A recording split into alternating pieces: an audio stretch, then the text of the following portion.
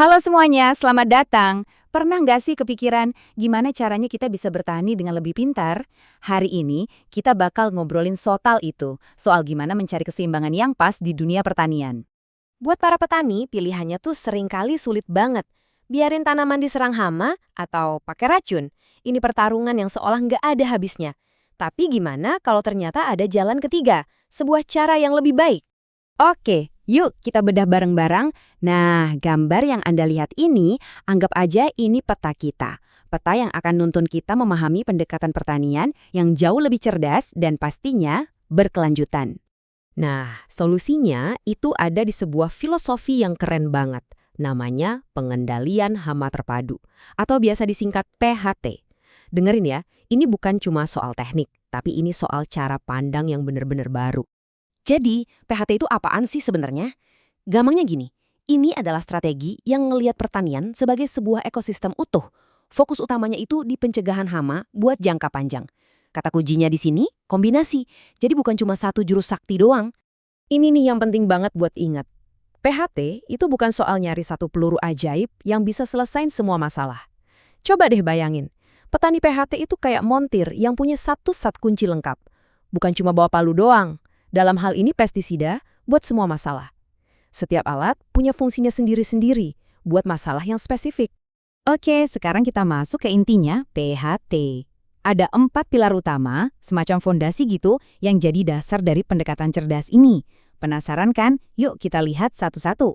Jadi ini dia nih, 4 strateginya. Yang pertama, tindakan preventif. Ini ibaratnya pertahanan paling depan.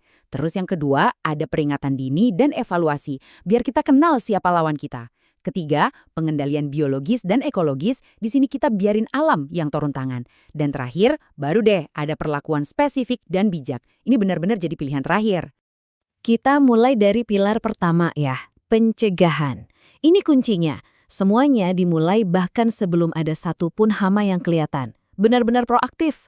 Jadi ini ngomongin soal kebersihan kebun, pastiin lahannya steril, milih bibit yang unggul dan sehat, sampai ngatur irigasi yang benar. Pokoknya fondasinya harus kuat.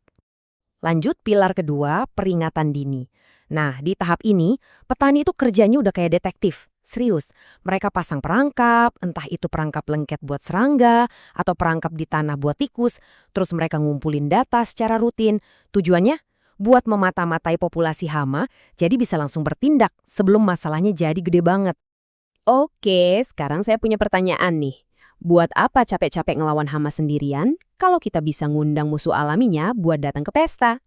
Pertanyaan tadi itu membawa kita ke pilar ketiga, pengendalian biologis. Ini bagian yang paling keren menurut saya, karena ini semua tentang memanfaatkan kekuatan alam itu sendiri. Contohnya gimana? Gampang, kita bisa tanam bunga-bunga tertentu buat narik serangga bait, kayak kumbang koksi, atau bahkan sediain rumah buat predator malam hari kayak burung hantu. Intinya, kita nggak sendirian, kita merekrut sekutu langsung dari alam. Dan akhirnya kita sampai di pilar keempat, perlakuan yang bijak. Saya mau tekenin di sini, ini dilakukan kalau dan hanya kalau semua cara tadi itu belum cukup. Baru deh kita mikirin intervensi kimia. Tapi ini bukan berarti main semprot sembarangan ya. Aplikasinya harus super tepat sasaran, mungkin pakai umpan khusus, dan yang paling penting, ini selalu jadi jalan terakhir, bukan pilihan pertama. Oke, tadi kita udah ngomongin gimana caranya PHT bekerja. Sekarang pertanyaannya, kenapa kita harus peduli? Emangnya apa sih manfaatnya buat kita semua? Manfaatnya banyak banget.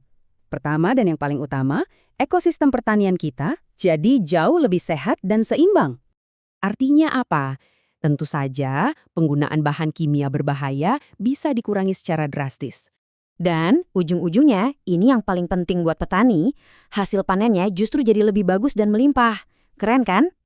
Nggak perlu diragukan lagi, hasilnya udah kelihatan jelas. Kalau kita lihat di bagian hasil di infografis ini, kita bisa lihat sendiri gimana kita bisa menciptakan sebuah sistem yang benar-benar ekologis dan berkelanjutan. Biar lebih jelas lagi, yuk kita jabarin hasilnya satu-satu. Dengan PHT ini, kita dapat apa aja? Pertama, buah-buahan yang melimpah dan sehat. Kedua, lihat deh ikon bahan kimia yang dicoret itu, artinya kontaminasi makin sedikit. Ketiga, koin emas itu artinya keuntungan buat petani juga lebih baik. Keempat, ekosistemnya jadi seimbang. Dan kelima, tanahnya jadi lebih subur. Ini benar-benar menang di semua sisi. Jadi, kalau kita tarik kesimpulan, PHT itu lebih dari sekedar kumpulan teknik loh.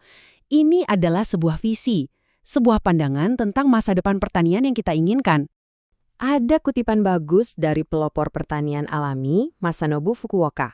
Beliau bilang, tujuan utama bertani bukanlah menanam tanaman, tetapi pembinaan dan penyempurnaan umat manusia. Nah, filosofi PHT ini sejalan banget dengan semangat itu.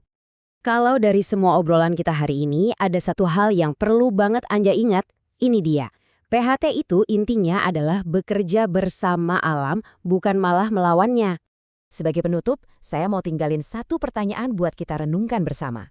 Gimana kalau ternyata lahan pertanian kita itu nggak cuma bisa ngasih kita makan, tapi juga bisa ikut menyembuhkan planet ini? Lewat PHT, kita jadi tahu kalau hal itu sangat mungkin terjadi.